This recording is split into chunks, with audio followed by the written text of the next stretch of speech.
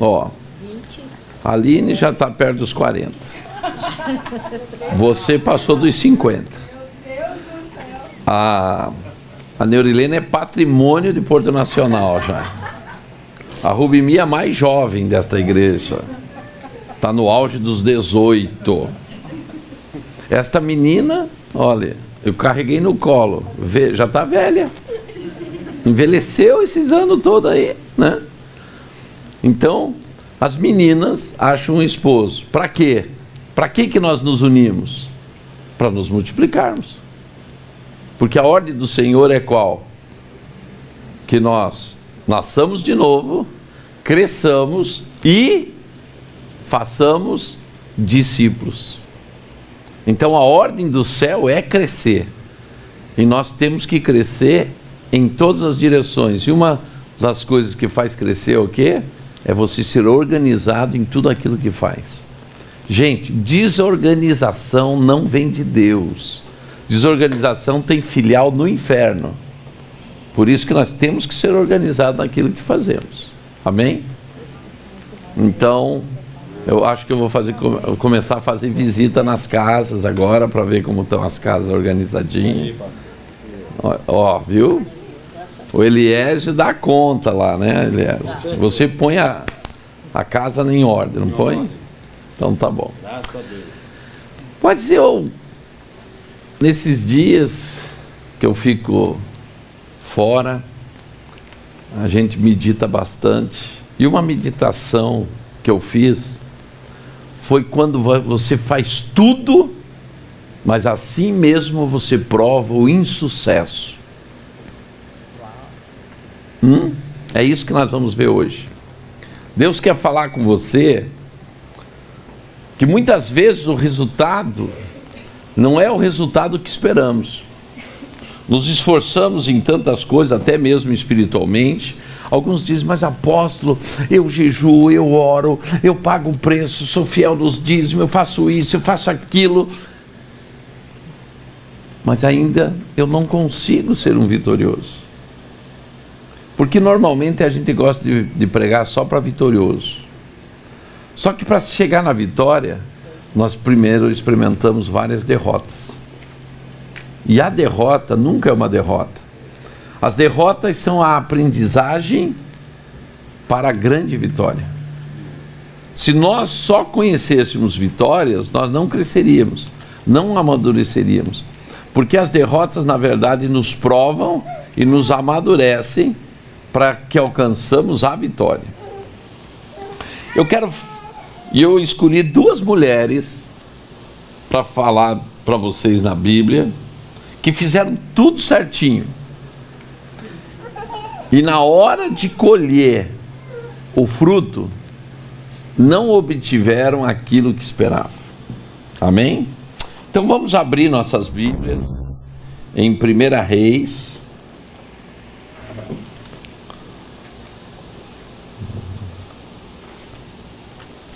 Dezessete.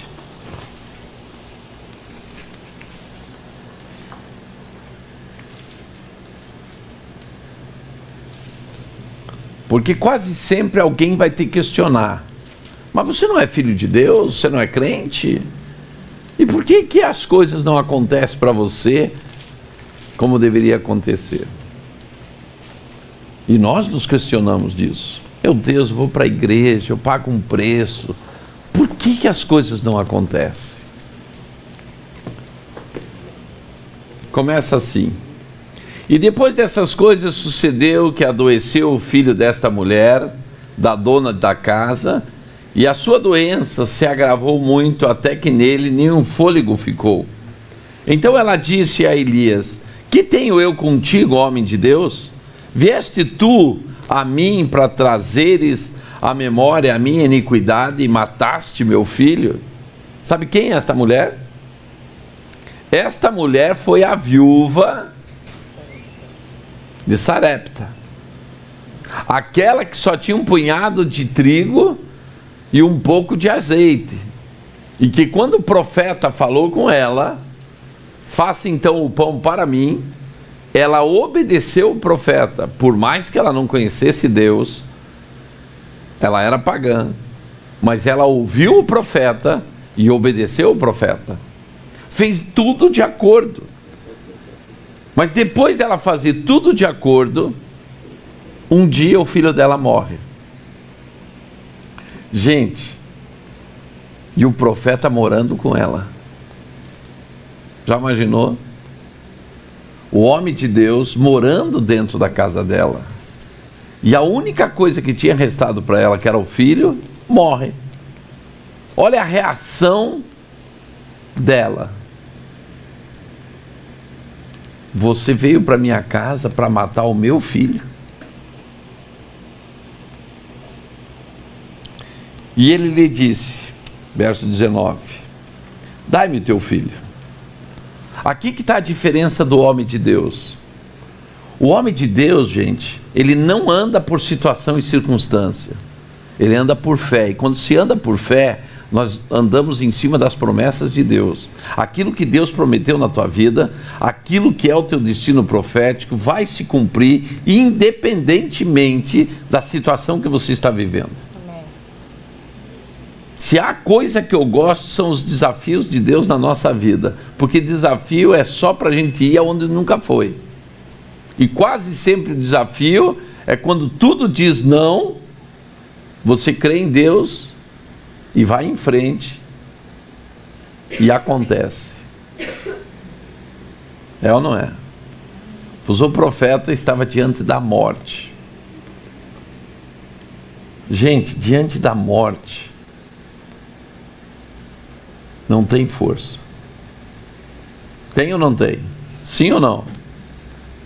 Sim ou não? Sim ou não?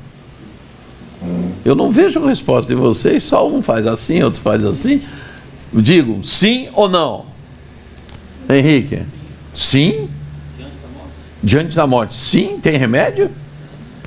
Quem disse não? Gente, se você crê em Jesus, o remédio da morte veio. Só para quem não crê é que não tem remédio à morte. A morte foi vencida. A única coisa que o diabo tinha de autoridade na terra que permanecia era o quê? A morte. Porque nós temos uma concepção muito natural de morte, é quando a gente vê o corpo morto. Isto é morte para a gente. Só que isto não é morte.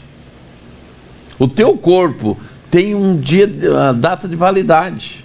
Mais dia, menos dia, ele vai parar de funcionar. Só que você não é esse corpo. Esse corpinho é apenas o teu traje espacial para andar na Terra. O que você é? Espírito. O mais importante que Jesus venceu foi o espírito da morte, que mata quem? O espírito. Você foi feito para a vida eterna. Só que o diabo tinha agora autoridade sobre o espírito, de matar o teu espírito, te levando para as trevas.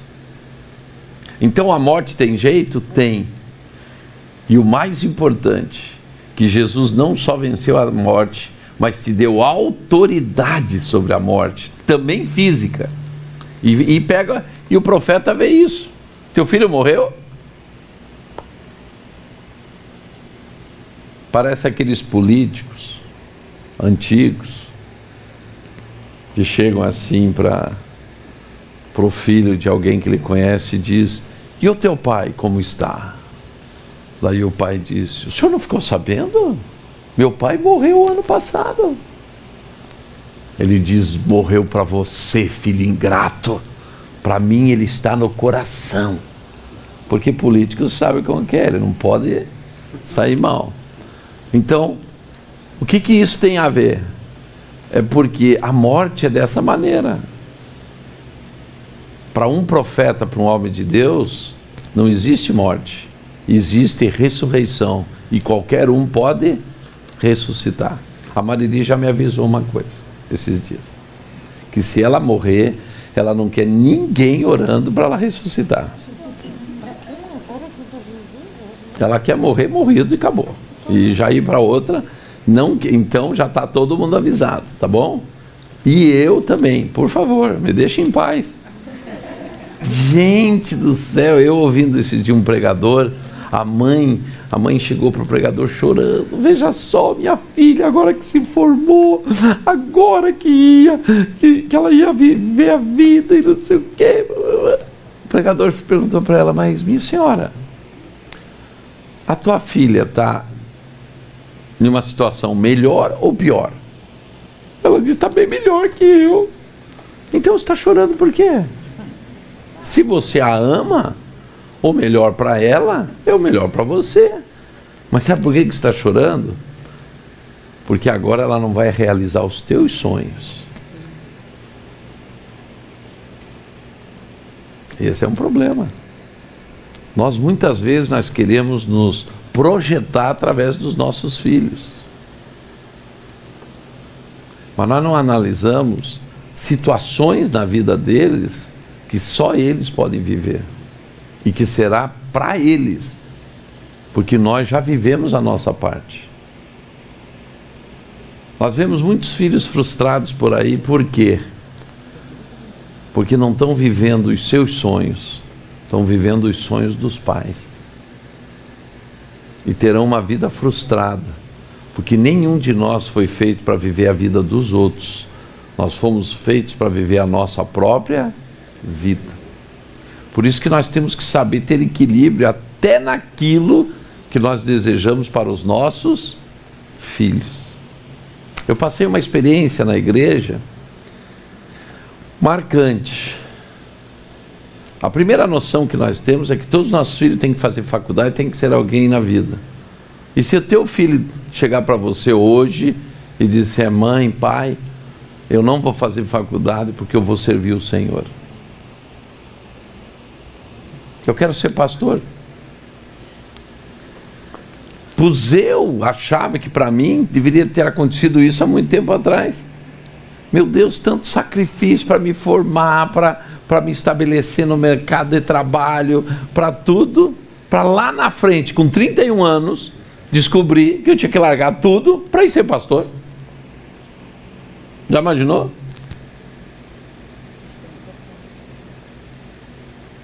Esta mulher perdeu o filho, só que o filho ia morrer de fome. Ela não ia morrer de fome? Não foi o que ela disse para o profeta? Eu só tenho esse pouquinho de farinha e de óleo, eu e meu filho vamos comer e vamos morrer. Só que o profeta chegou e ela começou a ter abundância, a vida foi prolongada, mas dali a pouco o filho morreu. E o primeiro que ela pôs a culpa foi quem? Ué, mas ele ia morrer. Quando o profeta chegou na casa dela, ela não tinha outra realidade de vida. O filho ia morrer de fome junto com ela. Só que agora ela se sente na obrigação, porque ela deu o trigo, porque ela deu o óleo, porque ela fez o pão, porque o profeta está morando com ela, que agora nada de mal vai acontecer mais com ela. E é isso que você tem que saber. Não é porque você veio para a igreja, não é porque você está firme com Deus, não é porque você ora, não é porque você jejua que tudo vai bem. Porque o Senhor nos avisa todos os instantes, se prepare para o dia mau. E por que terá o dia mau? Porque se nós não tivermos o dia mau, a glória de Deus não se manifesta na nossa vida. E nós precisamos, em todas as situações, ver a manifestação da glória de Deus. Sabe por quê? Porque o poder de Deus não é um carro, não é um dinheiro, não é uma casa. A glória de Deus, o poder de Deus na nossa vida, é quando nós nos sentimos verdadeiramente filhos, acolhidos por Ele. E só podemos sentir esta maneira, não é quando vai tudo bem. É quando nós estamos passando uma crise. É quando nós estamos passando uma prova. É quando parece que tudo acabou e o mundo caiu. E Deus, na última hora, age poderosamente. O profeta disse, me dá teu filho aqui. Mas ele está morto, mas me dá ele morto. Ele morreu para você. Para mim ainda existe Deus, e quando Deus existir, Ele não morreu. É isso que em Romanos 12:2 fala: transforme a tua mente. O que é transformar a tua mente? É você exatamente não ver as fatalidades como o fim, mas as fatalidades são a oportunidade para você ver a manifestação da glória de Deus. E o profeta disse: agora é comigo. Deus está me dando uma oportunidade aqui.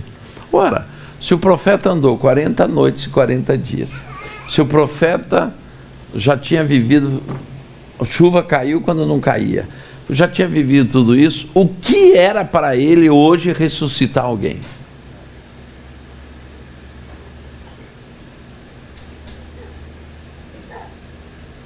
Presta bem atenção. Nós achamos que o milagre da vida de Elias foi fazer fogo vir do céu. Isso era a coisa mais fácil para Elias. Sabe quantas vezes ele fez isso? 4. Uma no Monte Carmelo e 3 vezes, mais 2 vezes que dizimou os soldados. Fogo do céu para Elias era o ministério dele. Senhor, manda fogo. E vinha fogo. Mas o pior para Elias era ressuscitar alguém. Por isso que ele tentou 3 vezes. E por isso que a gente agora vê o Monte Carmelo para ele não era o final de tudo. Era o treinamento para ele enfrentar a maior prova que ele ia passar. Não era a fome, não era a sede, não era enfrentar os sacerdotes de Baal, não era enfrentar os sacerdotes de poste ídolo, não era nada disso, não era enfrentar Acabe. Era enfrentar a morte. Veja bem, Elias vai em um aprendizado, e é isso que você tem que entender: a nossa vida é um aprendizado de Deus. Deus vai nos levando de situação em situação para fazer o quê? Aumentar a nossa fé, porque um dia nós chegaremos no ápice, onde a nossa fé será provada em uma dimensão que nós nunca vivemos, onde a nossa fé chegará no limite natural e pulará para o limite sobrenatural. Elias, a situação está muito fácil aqui, está tomando água, comendo carne, agora larga tudo e vai para a casa da viúva de Sarepta. Depender de uma mulher viúva. Gente, a pior coisa que tem para o ser humano é depender de alguém. Imagina ele indo para a casa da viúva, o que veio na cabeça desse homem: Deus não me ama. Chegando lá, viu a situação, não era um hotel 5 estrelas, era uma casa de uma viúva que estava sem comida. E ele tem que agora fazer multiplicar comida. E ele pensou que aí era o fim. Só que ali viria uma prova definitiva. Ressuscitar o filho da viúva, para provar para uma pagã quem era Deus. Porque, gente, nós que estamos na igreja, nós temos um erro fatal. Nós achar que Deus só está aí para nós. Sabe por que você está dentro da igreja? Sabe por que você serve ao Senhor? Sabe por que você é filho de Deus? Para que o mundo veja Deus. Sabe por que Israel é Israel? Porque ele tem uma função: ensinar as nações a ser sacerdote diante do Senhor. É isso que nós... Porque a gente tem uma vida tão egoísta que a gente acha que é só para nós. Nós estamos aqui aprendendo a palavra, orando, tendo intimidade com Deus, passando por tudo isso, mas na verdade não é para nós. A nossa chance de ser para nós foi o dia que você aceitou Jesus e o teu nome foi escrito no livro da vida. Ali você passou a ser cidadão do céu e a partir de então você é representante do céu. E o mundo está de olho em você. Por isso que o mundo não aceita de um crente uma posição que não seja o quê? De acordo com a palavra de Deus. Diga para o teu irmão: meu irmão, você pode ser a decepção de alguém. Por quê? Porque ele tem uma concepção de quem anda com Deus e você vai decepcioná-lo se não andar corretamente. E a pior coisa que nós podemos trazer decepção a alguém é andar com Deus e não ter fé, e não crer. Esse profeta estava passando pela prova, porque quando ele desafiou os sacerdotes de Baal para vir fogo do céu, ele chamou os sacerdotes de Baal naquilo que era bom. Só que agora Deus levou ele para dentro da casa da viúva para provar naquilo que ele nunca tinha feito. E é isso que nós temos que saber. Por que Deus te leva em beco sem saída? Para você fazer o que você nunca fez até hoje. E viver uma experiência, que no final dessa experiência você vai dizer o quê? Glória a Deus. Porque foi para a manifestação do poder de Deus. Esse profeta, eu me ponho no lugar dele. Gente, já imaginou você na casa de uma pessoa, homem de Deus, e agora você tem que dar uma resposta? E se não acontecer nada?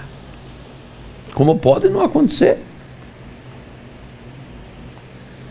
Mas ele só pegou o filho da viúva por um motivo. Ele sabia que ia acontecer.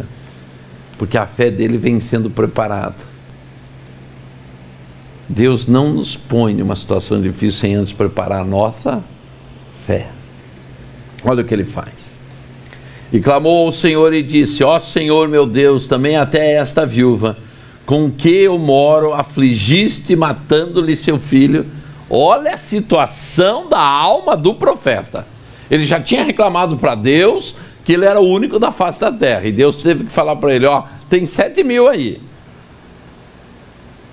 O problema de profeta é que eles são almáticos. E quase sempre negativo. Profeta do caos. Por isso que profeta, eu quando ouço profeta, ele vem, não, porque tem demônio lá, demônio aqui. E os anjos? Onde estão os anjos? Porque se tem demônio é porque tem anjo. Demônio nenhum chega perto de você sem os anjos estar te protegendo. Mas tem profeta do caos. Eles só vêem julgamento. Se preparem. Daqui 5 dias, Palmas vai inundar. Por causa da alma, gente. Elias era almático. Olha a oração que ele faz. Ele aceita o argumento de uma pagã para falar com Deus. E diz: até agora, até a viúva vai ser afligida que nem eu. Vamos ver o que Deus fala com eles. Então se mediu sobre o menino 3 vezes. Gente, ele se deitou sobre o menino, ele não tinha o que fazer. Para aqueles que são contra ato profético, o que ele está fazendo? Um ato profético. Adianta você deitar em cima de uma pessoa? Vai trazer essa pessoa para a vida? Ele fez um ato profético. Entendeu? Mesmo reclamando de Deus, ele estava confiando. Então se mediu sobre o menino 3 vezes e clamou ao Senhor e disse: ó Senhor, meu Deus, rogo-te que torne a alma deste menino a entrar nele. O que eu fico apaixonado, gente, é que esses profetas não tinham seminário, não tinha escola rabínica, não tinha nada para compreender nada, eles não sabiam nada disso, era eles e o Espírito. De vez em quando eu vejo uns crentes aí: apóstolo, quando que eu vou saber isso? Busca em Deus que você vai saber. Parece que só pode comer papinha na boca. Apóstolo, pelo amor de Deus, um homem desse daí, da onde que ele ia aprender? É só com o Espírito. Gente, sabe qual é o teu maior mestre? O Espírito Santo. Eu posso te pregar 8 horas seguidas, 10 horas seguidas, você não vai aprender como vai aprender com o Espírito. E é o profeta aqui passando pela escola do Espírito. E o Senhor ouviu a voz de Elias,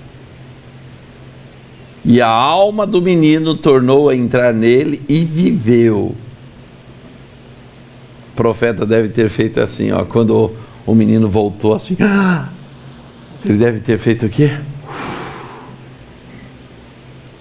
Você não faria? E o Senhor ouviu a voz de Elias, e a alma do menino tornou a entrar nele e reviveu. E Elias tomou o menino e o trouxe ao quarto à casa, e o deu à sua mãe, e disse Elias: vês aí, teu filho vive? Então a mulher disse a Elias: nisto conheço agora que tu és homem de Deus, e que a palavra do Senhor na tua boca é verdade. Gente, aqui está toda a explicação para a vida de um homem de Deus, de uma mulher de Deus. Não adianta você ler a Bíblia e falar para todo mundo da Bíblia. O que realmente testifica o que está escrito aí é a tua vida. Você lembra o que a viúva falou antes de ver o filho ressuscitado? Você veio para minha casa para matar o meu filho? O que mudou a mente dessa mulher de um momento para o outro? A manifestação da glória de Deus na vida de Elias. Esta mulher tinha feito tudo certo, obedeceu o profeta, tudo, e dali a pouco viu o caos. Mas ela não viu o quê? A oportunidade da manifestação da glória de Deus. Eu não sei como está a tua vida hoje. Eu não sei se você está passando problemas de saúde, de dinheiro, ou outros problemas. Eu só sei uma coisa: quando nós estamos passando um momento muito difícil, é porque está para acontecer algo sobrenatural de Deus. Por isso que não podemos ser dirigidos pelas aparências, pela situação e pela circunstância. Se a coisa está muito difícil, eu te recomendo, começa a dar glória a Deus. Mas como que eu vou dar glória a Deus? Está tudo difícil? É porque agora você já está tendo uma visão espiritual.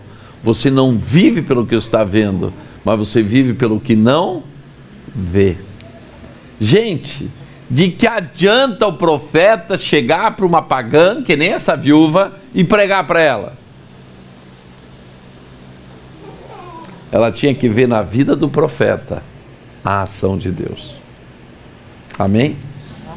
Eu podia acabar por aí, mas eu quero falar de outra mulher, com outro profeta. E vocês notaram que é difícil achar um homem a favor dos profetas, mas as mulheres são atrás dos profetas. É ou não é? E algumas andam correndo atrás dos profetas só para ver o que os profetas estão falando. Mas essa viu o profeta Eliseu passando na sua cidade e falou com o marido: esse aí é um homem de Deus. Que tal a gente fazer um quarto na nossa casa, para que quando ele passa aqui na cidade, ele fique com a gente? Estou falando de quem? Da mulher sunamita. E ela faz o quarto. E ela hospeda o profeta. E ela estava fazendo tudo certo. E quando ela estava fazendo tudo certo, acontece o quê? O filho dela morre. Essa é a alma dessa pregação. Quando eu faço tudo certo e ainda eu provo o insucesso. Gente, não existe insucesso para quem crê. Porque a Bíblia diz o quê? Tudo posso naquele que me fortalece. Você pode ter uma experiência negativa. Você pode ter um início de uma batalha de derrota. Mas a guerra jamais você vai perder. Por quê? Porque isso é apenas o treinamento para a grande vitória. Glória a Deus. E a sunamita já reage um pouco diferente da outra viúva. Por que ela reagiu diferente? Porque tudo isso depende de pessoa para pessoa. Depende de uma história. A outra era viúva, vem de uma perda, vem de um momento de extrema necessidade de fome, sozinha, não tinha amparo de ninguém. E ser viúva, gente, não é fácil. Naquele tempo pior ainda. Sunamita não.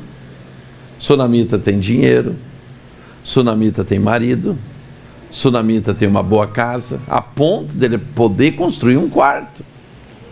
Então nós não podemos, às vezes, exigir comportamentos iguais para desiguais.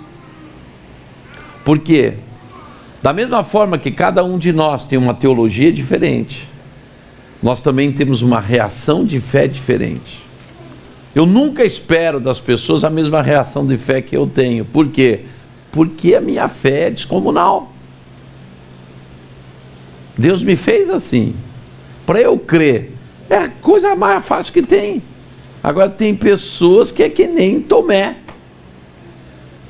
Todo mundo falando para ele, Jesus ressuscitou. Só creio se eu ver. Tem gente assim. Então aqui você vê duas mulheres com a mesma experiência com os profetas, com a mesma experiência de perca, com reações diferentes. Por quê? Por causa do seu histórico de vida. Por isso que em uma igreja nós não podemos querer nivelar a igreja como se todo mundo fosse McDonald's.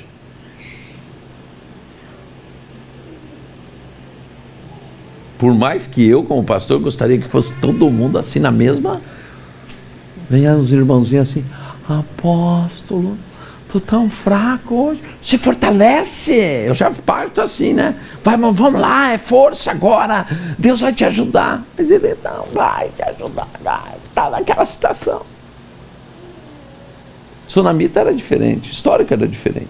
Olha a reação de Sunamita. Ela aprova o insucesso, a morte do filho. Ela espera o momento certo. E olha a reação dela. 2 Reis, capítulo 4, verso 27.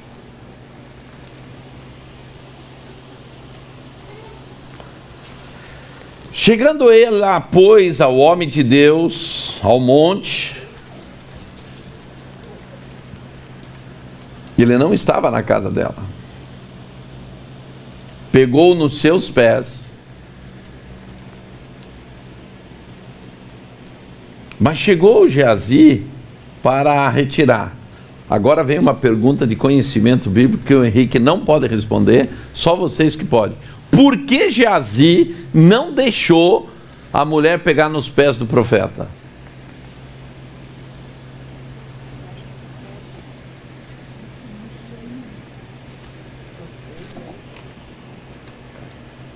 Quem me responder vai ganhar o carro do Eliésio. Está na hora de trocar, não está, Eliésio? Então vamos dar.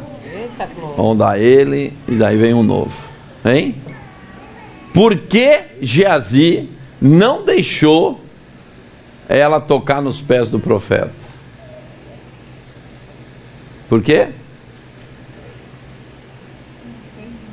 Diga para o teu irmão, por isso que em julho do ano que vem eu vou para Israel com o apóstolo Curaiola.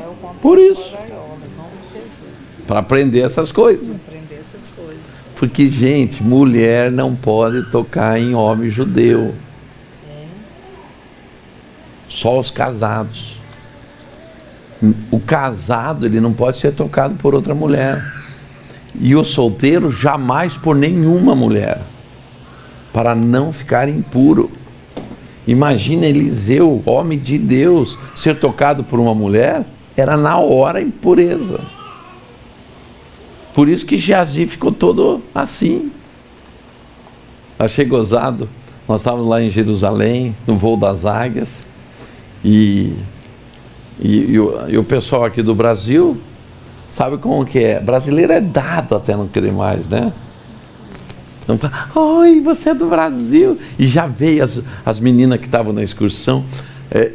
Um judeu ortodoxo foi convidado para ir no voo.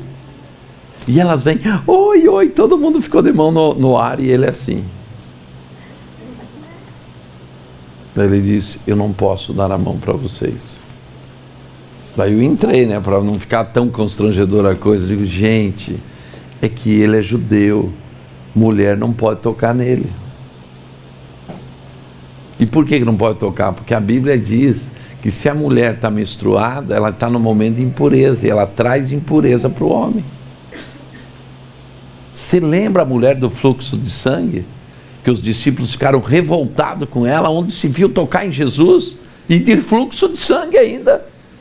Ela estava no quê? Em um período de impureza.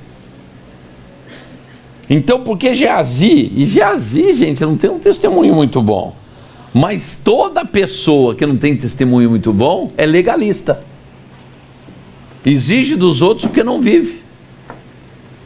Geazi é o que vai pôr a mão nas roupas lá do general, que vai desviar a prata do general e que vai pegar a lepra. Mas agora que a mulher no desespero vem tocar no pé do profeta, ele é todo legalista. Diga para o teu irmão: meu irmão, duas coisas que não podemos ser: religioso e legalista. Isso não tem nada a ver com Deus, gente. Isso é tudo criado pelos homens. O que nós temos que ter é o quê? Temor de Deus. Geazi se põe na história. Olha o que ele faz.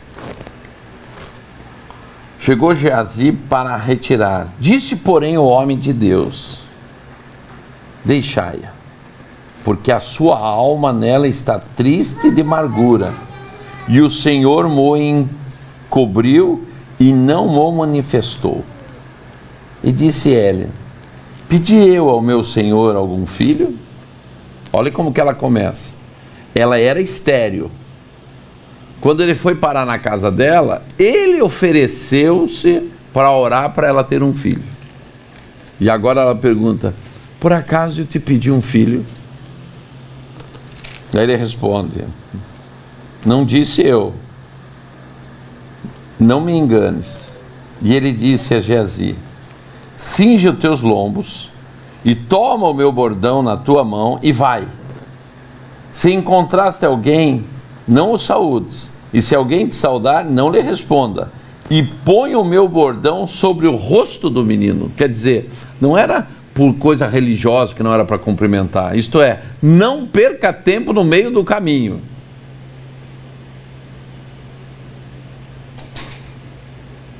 Resultado: o filho de Sunamita também ressuscitou. Amém? Só que a reação de uma mulher e da outra são diferentes, mas as duas provaram, fazendo tudo certo, o insucesso. Mas seja com uma reação, seja com outra reação, as duas provaram o quê? A ação poderosa de Deus. Eu estou usando vidas bíblicas, mas eu quero falar na tua vida. Seja qual for o insucesso que você viva, não olhe o insucesso, não olhe o momento, mas veja o que está para acontecer logo após isso. O que está para acontecer? Você viver algo que nunca viveu na tua vida, até uma ressurreição. Estou pregando em Londrina, tinha algumas pessoas, bastante até, um auditório, e Deus me mostra o rapaz, assim na minha frente, e ele disse: esse rapaz vai morrer daqui 3 anos. E eu olho para ele e disse assim: você sabe que daqui 3 anos você vai morrer? Gente, isso é loucura, né? Já imaginou? Primeiro que eu não tenho nem como provar. Mas se Deus me mostrou que você vai morrer em 3 anos, significa que Deus quer te curar hoje. Senão ele não ia me mostrar, deixava morrer. É isso que nós temos que ver. Quando Deus te mostra alguma coisa, não é para você pensar o pior. Ah, eu tive um sonho que a igreja vai cair em um terremoto.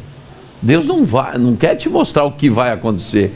Ele quer te mostrar a possibilidade do que vai acontecer, para você interferir como? Com oração e intercessão, para que não aconteça. Tem gente que recebe as coisas de Deus fatalista. Aí eu vi uma visão de um acidente. Para quê? para você orar para não acontecer.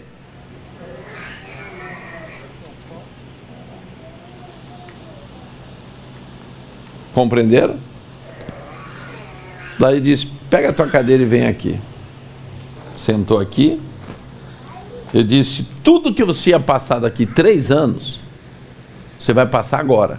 E vai morrer. Já imaginou, gente? Porque você ser profeta sozinho é fácil. O duro é você ter que manifestar a glória de Deus na frente de uma multidão. Por quê? A manifestação da glória de Deus na tua vida não é para você, é para convencer aqueles que estão olhando para você, é para convencer aqueles que andam com você, é para convencer aqueles que trabalham com você, é para convencer aqueles que vivem com você. Você não precisa. Se você se propõe a fazer uma coisa dessa, você não está precisando. Se você me perguntar assim, apóstolo, o senhor já viu essas coisas? Não preciso, porque eu creio sem ver. Algumas pessoas têm que ver. Daí ele falava baixinho, eu digo, não, fala alto para os incrédulos acreditar. Porque, gente, sabe o que a gente tem mais dentro da igreja? Incrédulo. Acho que por isso que Deus manda para dentro da igreja, para acreditar um pouco mais. Isso é muito incrédulo. Daí ele disse, agora você vai sentir a manifestação da morte. Gente, foi uma coisa impressionante. Por onde ataca a morte, Neurilene? Você é especialista nisso. Por onde que se manifesta o espírito da morte? Pelo pé, claro. Por isso que eu perguntei para a Neurilene, porque ela sabe. Veio o bichão assim, esfriando tudo, e ele morreu. O apóstolo Adriano foi lá pôr a mão na jugular dele. Está morto, Corael. Eu digo, sei, está morto. E daí eu falando com os incrédulos. Morreu ou não morreu? Todo mundo assim, ó. Porque essas coisas a gente não vê na igreja. O que deveria ser normal na igreja não é. Eu digo, agora vocês vão ver ele ressuscitar. Só que quando ele ressuscitar, ele vai estar curado. Daí, espírito de vida, como o profeta fez aqui. Diga para o teu irmão, o que o profeta fez, não é só o profeta que faz. Todos dentro da igreja têm que estar em condições de fazer isso aqui. É porque a gente vira tão religioso que a gente acha que só o apóstolo, o pastor, os vice-querubim que vai fazer.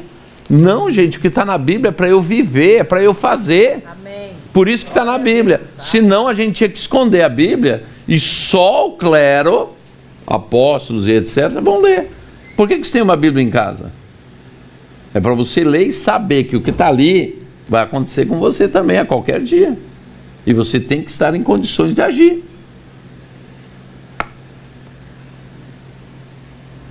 Espírito de vida, volte agora, em nome de Jesus. Voltou. Daí ele foi falar o que aconteceu. Apóstolo, o senhor nem sabe como eu vim para esse seminário. Minha cabeça estava estourando. Eu estava mal. Eu disse, e agora? Não tenho nada. Também para um cara que morreu e ressuscitou, vai sentir o que mais? Agora eu pergunto para vocês, eu precisava continuar a pregar? Não. Só os que viram já viram, não precisa mais falar mais nada, gente. Contra fatos não há argumentos. É isso que você tem que saber, que o que está na Bíblia, o que os homens da Bíblia fizeram, você tem condições de fazer. Amém. Por isso que você não pode ser levado por insucessos. Você tem que saber que se veio um insucesso na tua vida, Deus está te dando uma oportunidade para ver o quê? Um momento sobrenatural. Amém. Para encerrar, o que eu fiquei impactado foi com uma criança de 7 anos. Estou em Paranaguá,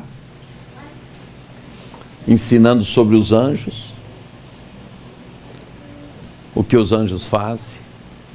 E uma criancinha de 7 anos, neta do apóstolo Jair, assistindo atentamente, porque os netos do Jair ficam assim, assistindo. Eles são fissurados por mim. Onde eu estou, eles estão juntos. E daí o neto diz assim, como quem diz, deixa eu agora. Daí eu digo, pode ungir agora. Daí ele chega aí, receba agora, receba! Faz assim. Eles são violentos, os 3 netos dele. Daí ela ali, olhando assim para mim. 7 anos, gente. Os mais velhos podem dizer comigo, que vergonha. Que a maioria de nós não faz essas coisas. À noite, eu vim embora. À noite, a mãe dela teve um ataque. Uma coisa assim, fulminante. E foi levada urgente para o hospital. Sabe o que a menina de 7 anos fez? Senhor, eu quero agora um anjo especial para isso que a minha mãe está tendo. Que ele venha agora e ressuscite ela em nome de Jesus. Sabe o que a mãe testemunhou depois dela? Que ela ouvia a oração da filha, já bem dizer morta. E simplesmente ela voltou e os médicos até hoje não sabem o que deu na mulher. Porque criança, gente, ouve e faz. Nós adultos que temos dificuldade de crer nessas coisas. Diga comigo, o insucesso é a oportunidade que eu tenho de Deus para provar a glória dele. Fique de pé, meus amados.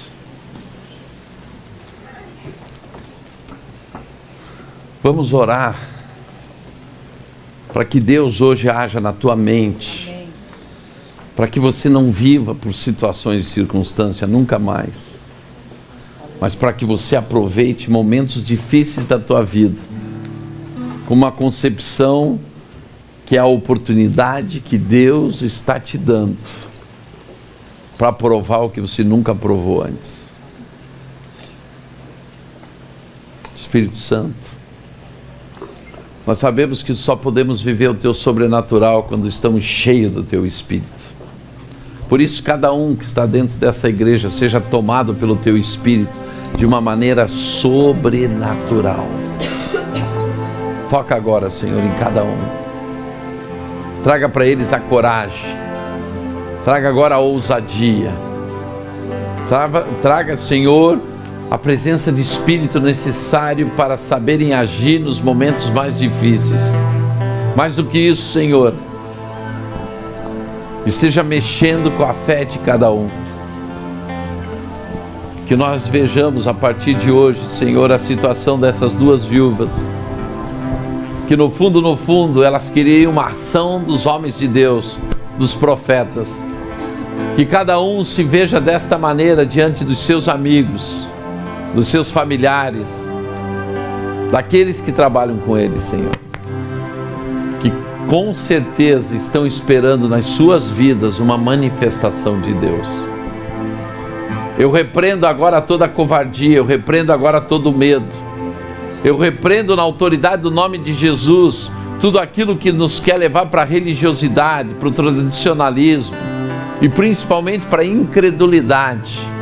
Mas esteja, Senhor, avivando no coração de cada um que está aqui uma oportunidade de agir poderosamente na Tua presença. Senhor, em nome de Jesus, que cada um possa ter experiências que marquem a sua história, o seu destino, a sua vida. Senhor, que possam viver o que diz na Tua palavra: tudo posso naquele que me fortalece. Senhor, dê autoridade para cada um. A mesma autoridade que Jesus ganhou no céu e na terra, que passou para a igreja, venha sobre nós, Senhor. A Tua palavra diz que nós temos autoridade sobre toda a força do mal, que nós temos condições de pisar cobras, escorpiões, serpentes, e nenhum mal vai nos fazer. Pois que esta unção seja manifesta e ativada em cada um que está aqui. Senhor, em nome de Jesus, todo medo seja substituído agora por coragem. Toda dúvida seja substituído pela certeza. Toda incredulidade seja agora tomado pela fé. Senhor, todo espaço que cada um tem, que tem deixado lugar para que o diabo age, seja agora completo pelo Teu Espírito. Vem, Espírito Santo. Vem, Espírito Santo. Vem, Espírito Santo. Vem sobre cada um que está aqui. Vem, Espírito Santo. Vem, vem, vem, vem, vem, vem. Vai tocando. Toca no coração de cada um. Envolva agora cada um que está aqui debaixo de uma nova unção. Se o sol se pôr e a noite chegar, Tu és quem me guias. Se a tempestade me alcançar, Tu és meu abrigo.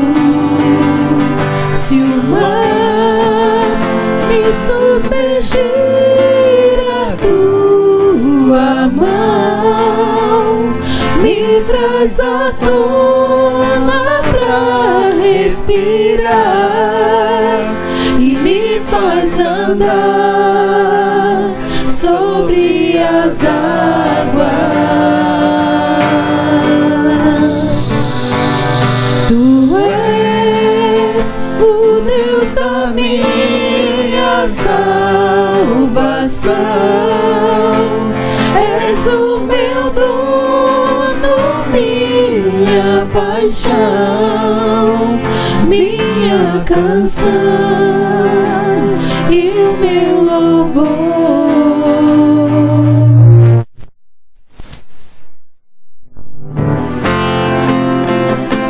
Fale com Deus. Fale com o Senhor agora.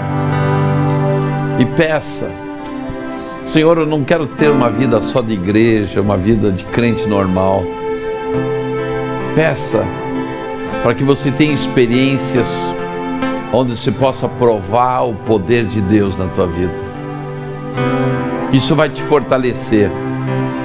Isso você vai ver que a Bíblia não foi feita para ser lida, mas foi feita para ser vivida. Isso vai te dar mais confiança no Senhor. Peça nessa noite: Senhor, eu não quero só vir no culto para ouvir uma palavra. Eu quero hoje sair daqui, Senhor, para viver uma nova dimensão, um novo estilo de vida. Porque se está escrito na palavra dele que alguns homens faziam, eu também posso fazer. É isso que eu quero liberar agora na tua mente. Não aceite na tua mente uma ação que alguns foram escolhidos e outros não. Isto não é verdadeiro. A todos nós foi dado fé, autoridade e poder de Deus. Nós só não exercitamos porque nós não cremos. Mas se você está nessa noite aqui, é porque Deus quer te usar poderosamente na face da terra. Receba agora sobre as tuas mãos a unção de cura, a unção de ressurreição, a unção da prosperidade, a unção que for necessária para que no teu dia a dia você esteja capacitado para andar debaixo do poder de Deus. Toca agora. Anjos ministradores, toquem agora. Ministrem agora sobre cada um esta unção. Em nome de Jesus, em nome de Jesus, em nome de Jesus. Em nome de Jesus, em nome de Jesus.